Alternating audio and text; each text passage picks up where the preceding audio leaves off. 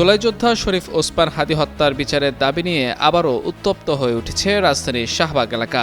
আন্দোলনকারীদের ছত্রভঙ্গ করতে লাঠিচার্জ করেছে পুলিশ। এ সময় আসন্ন নির্বাচনে ঢাকা 18 আসনের সংসদ সদস্য প্রার্থী মহিউদ্দিন রনিকে বেধড়ক পেটানো হয়। প্রত্যক্ষদর্শীরা জানায়, শাহবাগের আজিজ মার্কেটের সামনে পুলিশের লাঠিচার্জ থেকে আন্দোলনকারীদের রক্ষা করতে ঢাল হয়ে দাঁড়ান মহিউদ্দিন রনি। এ সময় তিনি বিসওয়াক্স আর ভিটামিন ই সমৃদ্ধ স্কোয়ারের ময়শ্চারাইজিং মেরি লিপ কেয়ার। এবার হাসুন প্রাণ খুলে।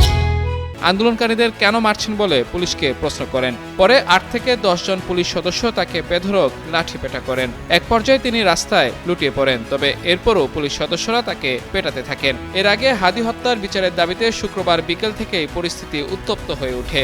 এদিন প্রথম দফায় যমুনা অভিমুখে যাওয়ার সময় ইনকিলাব মঞ্চের নেতাকর্মীদের উপর হামলা চালায় পুলিশ। সে সময় ইনকিলাব মঞ্চের নেতাকর্মী সহ বেশ কয়েকজন গণমাধ্যম কর্মী আহত হন। এরই প্রতিবাদে সন্ধ্যায় শাহবাগে অবস্থান নেয় ছাত্র জনতা। পরে অবস্থানকারীদের ছত্রভঙ্গ করতে আবারও ব্যাপকভাবে লাঠিচার্জ করে পুলিশ।